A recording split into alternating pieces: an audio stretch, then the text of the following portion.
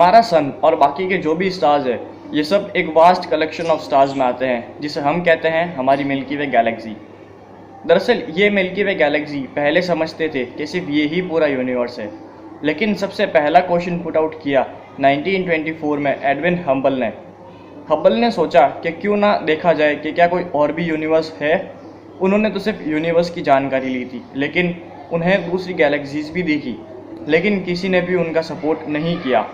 तब उनको प्रूफ करने के लिए उनको दूसरी गैलेक्सीज के बीच में डिस्टेंस निकालने की ज़रूरत थी, लेकिन उस समय क्योंकि इतनी मॉडर्न टेक्नोलॉजीज नहीं थी तो वो डिस्टेंस निकालने में थोड़ी दिक्कत आई उनको। लेकिन आज जैसे हमारे पास मॉडर्न टेक्नोलॉजीज है, तो आज हम गैलेक्सीज की डिस्टेंस, उसकी गैलेक्सी के अंदर जो भी स्टार्स प्रेजेंट है उसकी ब्राइटनेस से हम उसकी डिस्टेंस मेज़र करते हैं।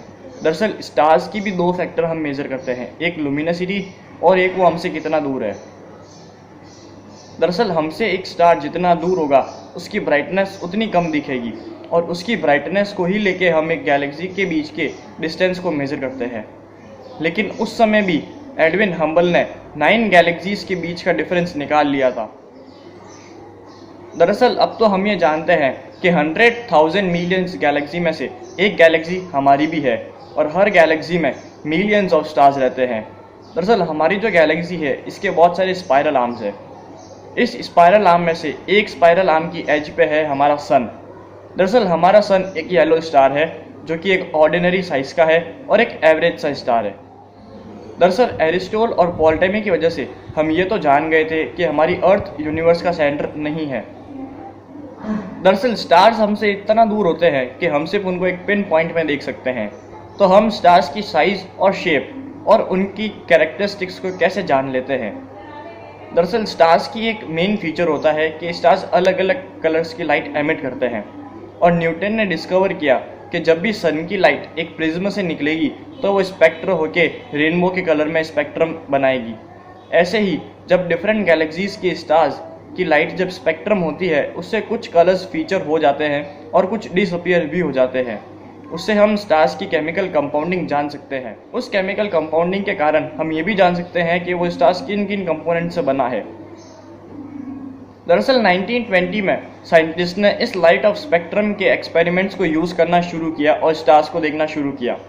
लेकिन उन्होंने ऑब्जर्व किया कि स्टार्स धीरे धीरे रेड कलर में शिफ्ट हो रहे हैं। तो इसका रीज़न ये था डॉपलर इफेक्ट। दरअसल डॉपलर इफेक्ट ये होता है कि जैसे जैसे जो चीज़ दूर जाती है उसकी लाइट या उसकी इंटेंसिटी या उसकी वेव्स धीरे धीरे डिम होने लगती है। आप सपोज कीजिए कि आपके सामने से एक कार जा रही है। दरअसल जैसे जैसे कार आपके सामने से दूर जाएगी आपको उसकी इंजन की आवाज़ धीरे होती मिलेगी। दरअसल ये होता है डॉपलर इफेक्ट। तो इससे साइंटिस्ट को ये लगा कि जो हमारी गैलेक्सीज है वो एक दूसरे से दूर जा रही है। दरअसल इन सारे पॉइंट्स को ध्यान में रख के एक थ्योरी सामने आई थी, द एक्सपेंडिंग यूनिवर्स। लेकिन न्यूटन और बाकी साइंटिस्ट ने कहा था कि हमारा यूनिवर्स स्टैटिक है और ये एक ना एक वक्त ग्रेविटी के इन्फ्लुएंस के कारण वापस से कॉन्ट्रैक्ट होगा एक सिंगल पॉइंट में। लेकिन एक वक्त के लिए आप सपोज कीजिए कि हमारा यूनिवर्स अनस्टैटिक है और ये एक्सपेंड हो रहा है। दरअसल हमारे यूनिवर्स की रेट ऑफ एक्सपेंशन बहुत ही धीरे है। दरअसल ये इतनी धीरे है जितनी एक ह्यूमन नेल की ग्रोथ होती है। अभी हमारा यूनिवर्स बहुत कम ही रेट से एक्सपेंड हो रहा है, लेकिन अगर ग्रेविटी का फोर्स ऑफ इन्फ्लुएंशन बढ़ा तो ये वापस कॉन्ट्रैक्ट ज़रूर होगा। लेकिन अगर यूनिवर्स की एक्सपेंशन रेट बढ़ जाए और ग्रेविटी कम हो जाए तो यूनिवर्स फॉरएवर के लिए एक्सपेंड होता रहेगा। इसको समझने के लिए आप एक एग्जांपल लीजिए। अर्थ पे से एक रॉकेट लॉन्च हो रहा है, और अगर उस रॉकेट की स्पीड कम होगी तो वो अर्थ की ग्रेविटी के कारण वापस से नीचे आ जाएगा। लेकिन अगर उस रॉकेट की स्पीड तेज हुई तो वो अर्थ की ग्रेविटेशनल फील्ड को छोड़ के हमेशा अर्थ से दूर चला जाएगा। ऐसा ही हमारे एक्सपेंडिंग यूनिवर्स में होता है। फिर 1915 में सर एल्बर्ट आइंस्टाइन ने अपनी जनरल थ्योरी ऑफ रिलेटिविटी को इंट्रोड्यूस किया, जिसमें उन्होंने बताया कि हमारा यूनिवर्स तो श्योरली स्टैटिक ही होना चाहिए। लेकिन हम सब जानते हैं कि हमारा यूनिवर्स एक्सपेंड हो रहा है, तो इसको हटाने के लिए सर एल्बर्ट आइंस्टाइन ने एक नया कांस्टेंट लाया जिसे कहते हैं कॉस्मोलॉजिकल कांस्टेंट। ये कांस्टेंट उन्होंने अपनी इक्वेशंस में यूज़ किया, जिससे उन्होंने हमारे यूनिवर्स को स्टैटिक प्रूफ किया। उन्होंने अपनी इक्वेशंस में एक नए फोर्स के बारे में बात की जिसको उन्होंने नाम दिया द एंटी ग्रेविटी फोर्स। दरअसल ये कोई एक पर्टिकुलर ऑब्जेक्ट से नहीं आता है। दरअसल ये हमारे स्पेस और टाइम के फैब्रिक में बना हुआ फोर्स है। हमारा यूनिवर्स श्योरली स्टेटिक है, बट वो एक एक्सपेंडिंग यूनिवर्स है। तो चलिए फ्रेंड्स, आज की वीडियो में बस इतना ही। हम अगली बार फिर ज़रूर मिलेंगे। अगर आपको ये वीडियो पसंद आए तो उसको लाइक कीजिएगा, मेरे चैनल को ज़रूर सब्सक्राइब कीजिएगा और एक कमेंट ज़रूर लीव कीजिएगा। तब तक के लिए गुड बाय।